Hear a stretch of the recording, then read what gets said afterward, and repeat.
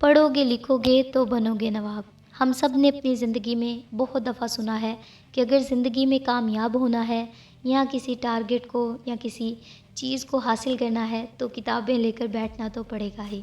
लेकिन क्या करें, किसी भी इंसान का पढ़ने को तो दिल नहीं करता, लेकिन मजबूरन पढ़ना तो पड़ेगा ही। मंजिल से आगे बढ़कर मंजिल तलाश कर, मिल जाए तुझको दरिया तो समुंदर तलाश कर। मंजिल तक पहुंचने के लिए यकीनन बहुत ज़्यादा मेहनत करनी पड़ती है, स्ट्रगल्स करनी पड़ती हैं और मुश्किल चीज़ों को अपनी ज़िंदगी में चुनना पड़ता है। लेकिन क्या करें, स्टूडेंट्स के लिए तो सबसे मुश्किल काम ही स्टडी करना होता है। तो कौन सी ऐसी चीज़ें हैं जिनको वो करके अपनी स्टडी को आसान बना सकते हैं। स्टूडेंट्स, क्या आपने देखा होगा कि जब आप खेल रहे होते हैं या किसी काम में मसरूफ़ होते हैं, मोबाइल में, फैमिली मेम्बर्स के साथ, अपने दोस्तों के साथ, तो आप कभी भी नहीं थकते और ना ही बोर होते हैं। लेकिन जब भी आप किताबें लेकर बैठते हैं तो आप बोर हो जाते हैं और आपको नींद आती है और आपका दिल करता है कि आप मोबाइल चलाएं।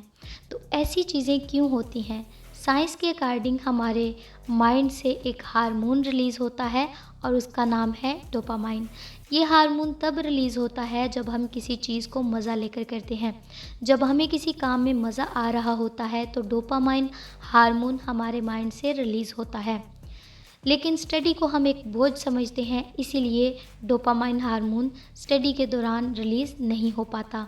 तो ऐसी कौन सी टिप्स एंड ट्रिक्स हैं जिनको फॉलो करके हम स्टडी के दौरान डोपामाइन हार्मोन अपने माइंड से रिलीज़ करवा के और एनर्जेटिक वे में स्टडी कर सकते हैं।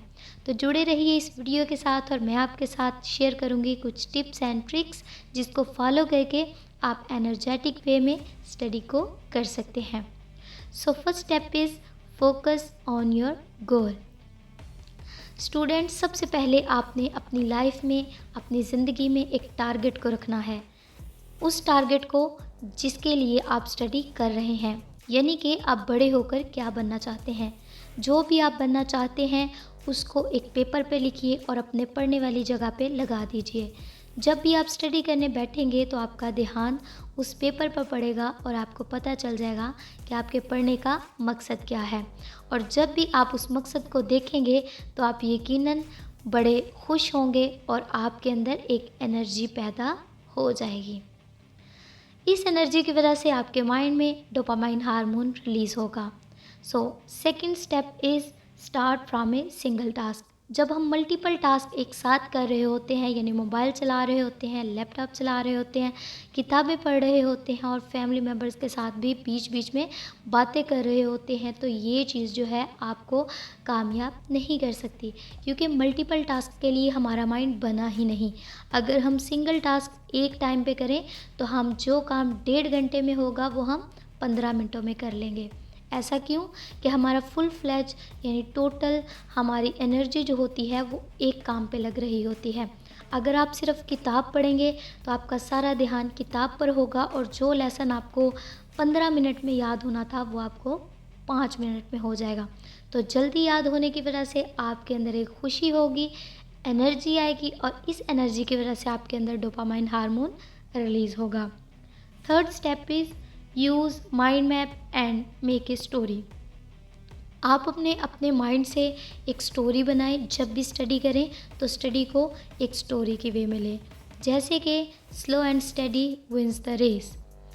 आपने कछुए और खरगोश की कहानी तो सुनी ही होगी। अभी भी मैं उसका नाम ले रही हूँ तो यकीनन उस कहानी की पूरी सीरीज़ आपकी आंखों के सामने चल रही होगी। ऐसा क्यों है? क्योंकि जब भी हम किसी चीज़ को स्टोरी की फॉर्मेट में पढ़ते हैं तो एक माइंड में एक मैप बिल्ड हो जाता है। चाहे हमने उस चीज़ को सुना हो या ना हो, उस चीज़ का नक्शा और पूरी विजन जो है वो हमारी आंखों के सामने रिवील हो जाता है। इसी तरह जब आप अपनी स्टडी को एक स्टोरी फॉर्मेट में याद करेंगे तो जब आप पेपर में बैठेंगे लिखने तो यकीनन वो सारा मैप और फार्मूला आपके माइंड में आ जाएगा और आप स्टोरी के वे में अपनी स्टडी को आसानी से पेपर में रिप्रेजेंट कर देंगे।